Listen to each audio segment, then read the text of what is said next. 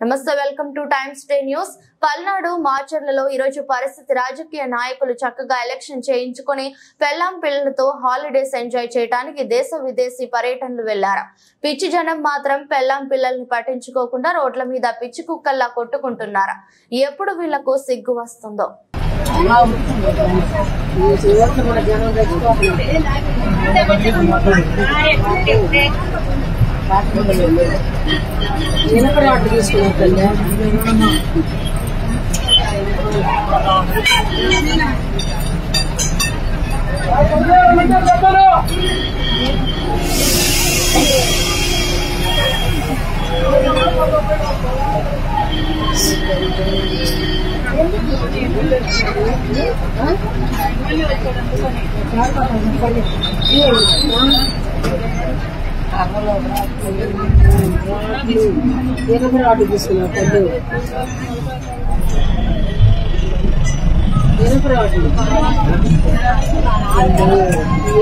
మరి